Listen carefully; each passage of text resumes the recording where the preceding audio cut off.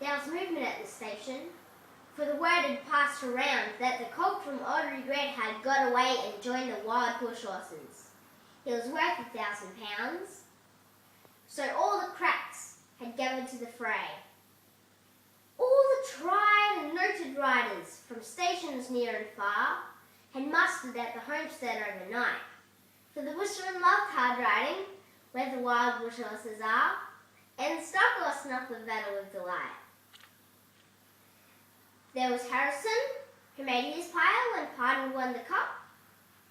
The old man with his hair as white as snow, but few could ride beside him.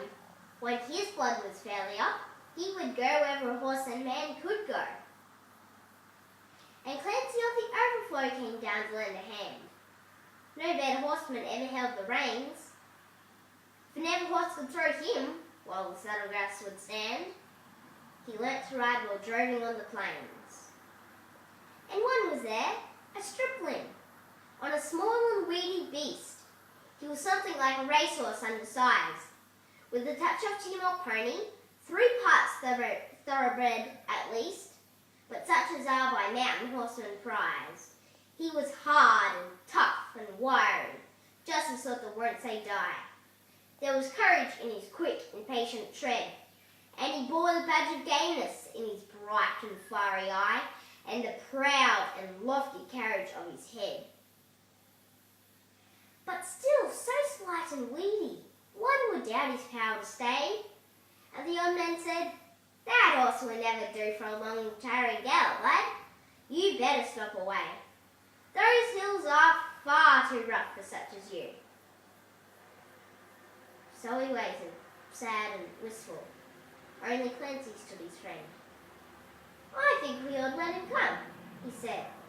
"I warrant he'll be with us when he's wanted at the end, for both his horse and he are mountain bred. He hails from Snow River, up by Kosciuszko side, where the hills are twice as steep and twice as rough, where a horse's hoof strikes firelight from the flintstones every stride. The man that holds his own is good enough, and the Snow River riders on the mountains make their homes, where the river runs those giant hills between. For I have seen full many horsemen since I first commenced to roam, but nowhere yet such horsemen have I seen." So he went.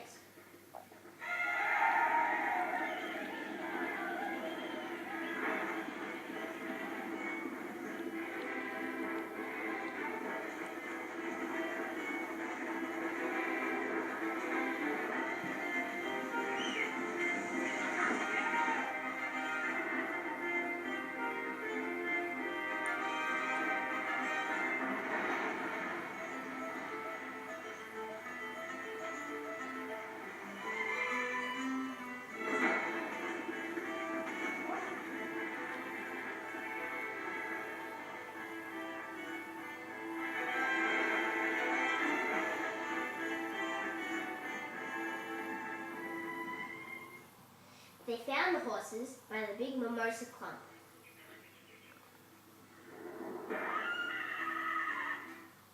They raced away towards the mountain's brow, and the old man gave his orders. "Boys, go at 'em on the jump. No use to drive a fancy riding now. And Clancy, you must wheel 'em. Try and wheel 'em to the right. Ride boldly, lad, and never fear the spills. For never yet was rider that could keep the mob in sight once they gained the shelter of those hills." So Clancy rode to Wheelham. He was racing on the wing, where the best and boldest riders take their place. And he raced his stock past them, and he made the rangers ring with his stock as he met them face to face. They halted for a moment, while he swung the dreaded lash, but they saw their well-off mountain full in view, and they charged beneath the stockwhip with a sharp and sudden dash, and off into the mountain scrub they flew. Then fast the horsemen followed, where the gorges deep and black resounded to the thunder of their tread, and the stockwhips roke the echoes as they fiercely answered back from the cliffs and crags that beetled overhead.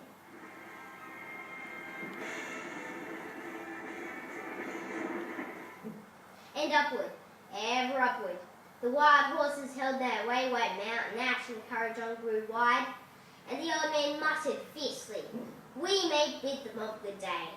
No man can hold them down the other side." When they reached the mountain summit, even Clancy took a pull. It might well make the boldest hold their breath. The wild hop scrub grew thickly, and the hidden ground was full of wombat holes, and any slip was death. But the man from Snow River let the pony have his head. He swung his stocket round and gave a cheer, and he raced him down the mountain like a torrent down its bed, while the others stood and watched in very fear. He sent the flimstones flying, but the pony kept his feet. He cleared the fallen timber in his stride. But the man from Snow River never shifted in his seat. It was grand to see that mountain horseman ride through the stringy barks and saplings on the rough and broken ground. Down the hillside at a racing pace he went, and he never drew bridle till he landed, safe and sound, at the bottom of that terrible descent.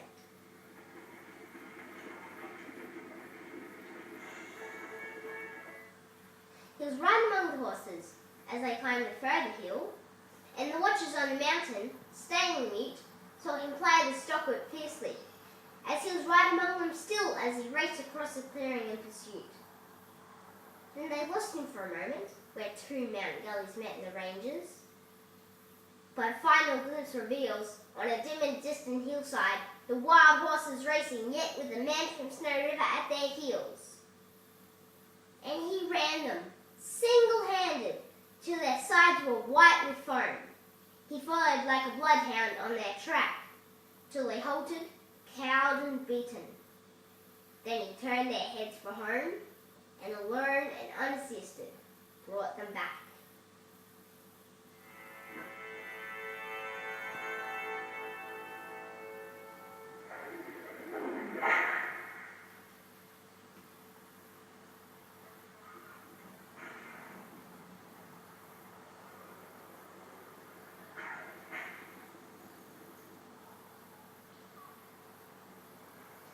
But his hardy mountain pony, he could scarcely raise a trot. His blood from hip to shoulder from the spurs. But his pluck was still undaunted, and his courage fiery hot, for never yet was mountain horse a cur.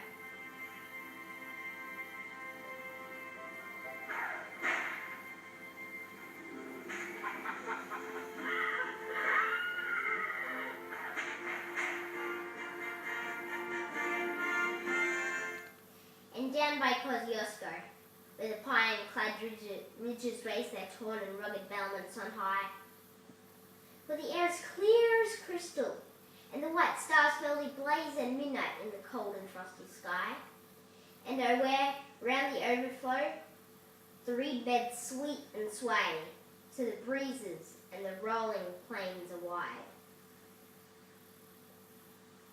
The man from Snow River is a household word today, and the stockmen tell the story of his ride.